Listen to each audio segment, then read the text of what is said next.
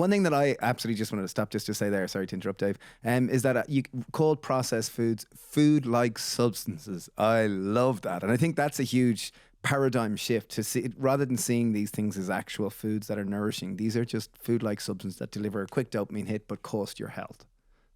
Yeah, and they're created in laboratories and factories, and they don't contain any of the original ingredients. They're just, composites of them stuck together, high pressurized, glued together, baked, and they come out looking vaguely like food.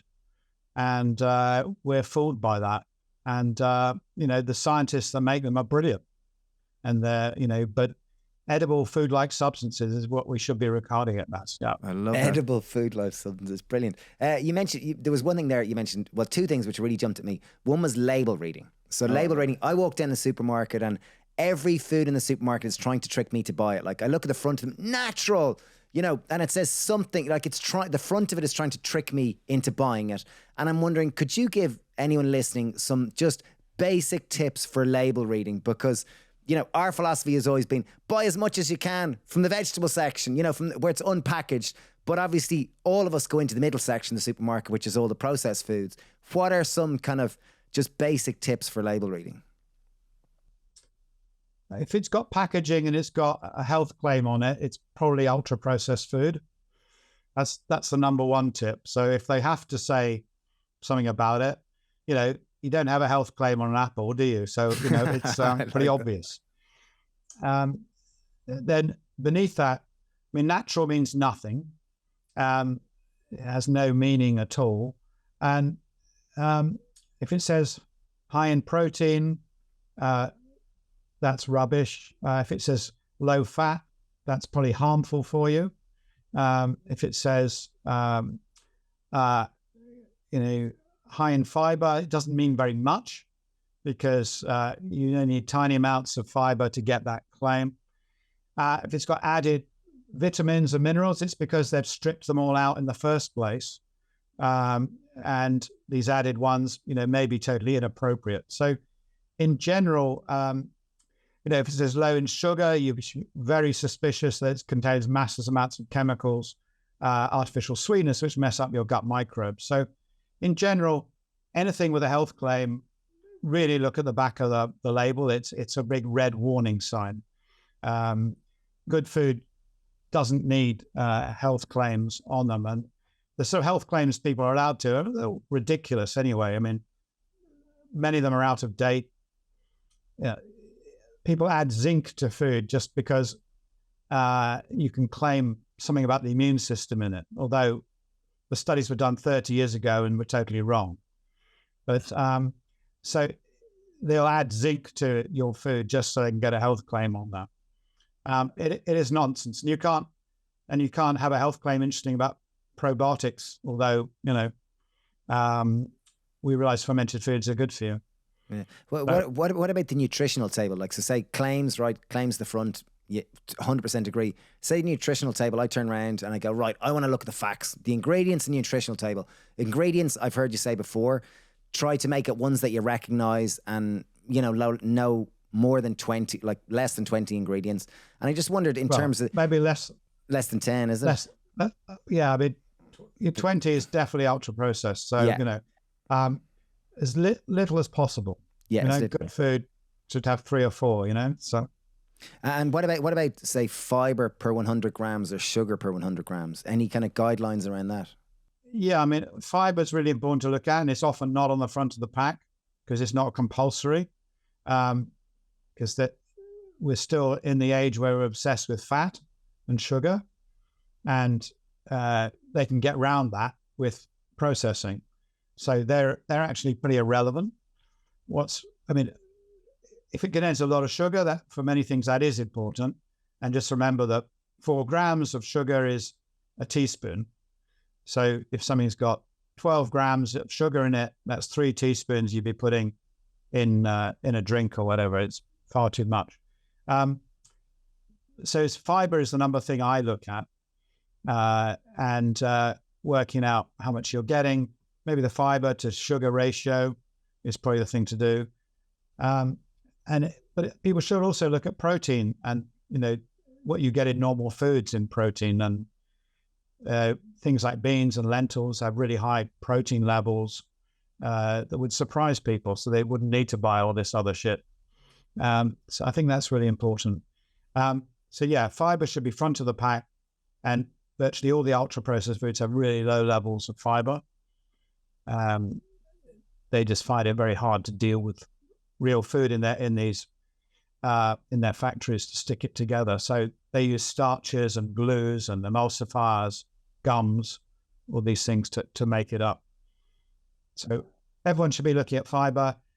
But in the future, what I hope is, and we are sort of moving in that direction with Zoe, is to try and get gut health scores so that each food actually has a food score. So I think in the future, we will be having QR codes that people can actually look and see what independent people think of this food and what's actually in it, and also how it might affect you or me. And we're not, as we know from the Zoe studies, we're all rather different, whether we respond to sugars or fats, and what our gut health is like.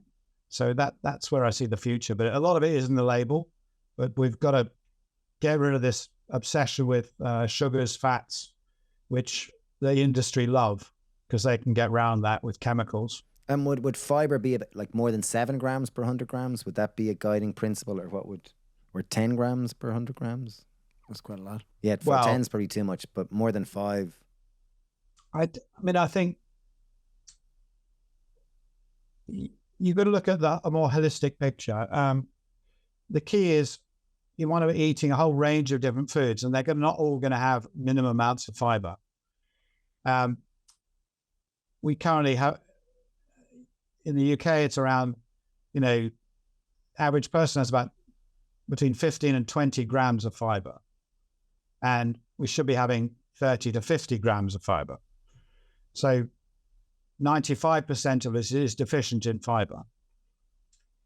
But I don't think you should demonize a food because it only had, 8% of fiber in it, if it's otherwise a healthy food, because it's got other things in there. So again, we don't want to be too reductionist about this.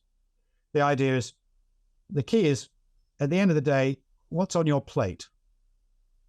Have you balanced things out so that if you've got something that's super tasty but low fiber, an egg, for example, is perfectly nutritious but doesn't really have any fiber.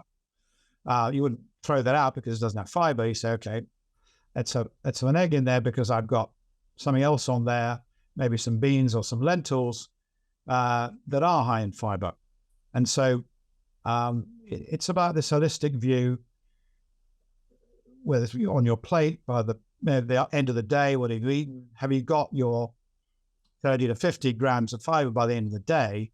That's what I'm more worried about. Yeah, so it's just about, we mustn't just take this to the next extreme and start demonizing low fiber foods in the same way we did high fat foods. Yeah, very good point.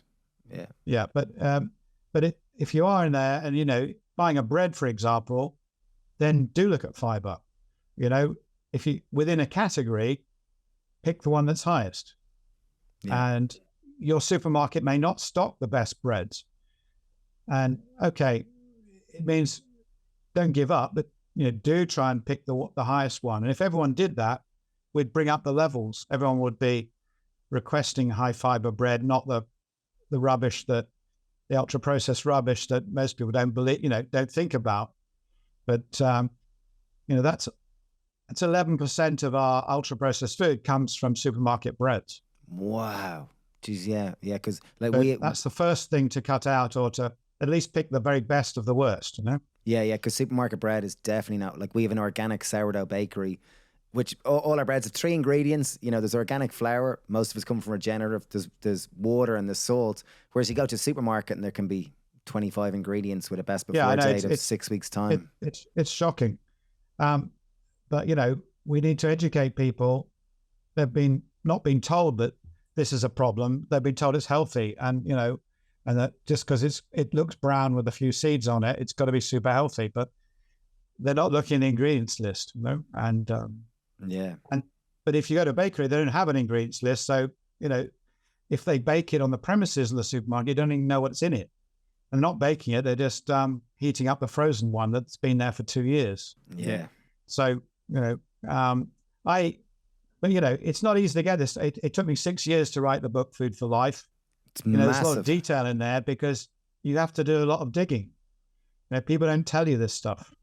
Yeah. We've been in the food industry for 20 years, and like, unless you're in it, you aren't aware of just how, you're going around following your animal instincts, going, that tastes really good, that tastes good, that tastes good, and following your tastes. Yet, if you follow your tastes, you become the product of this environment, which is typically disease is a product at some point, just from eating so much processed foods and the way we live nowadays.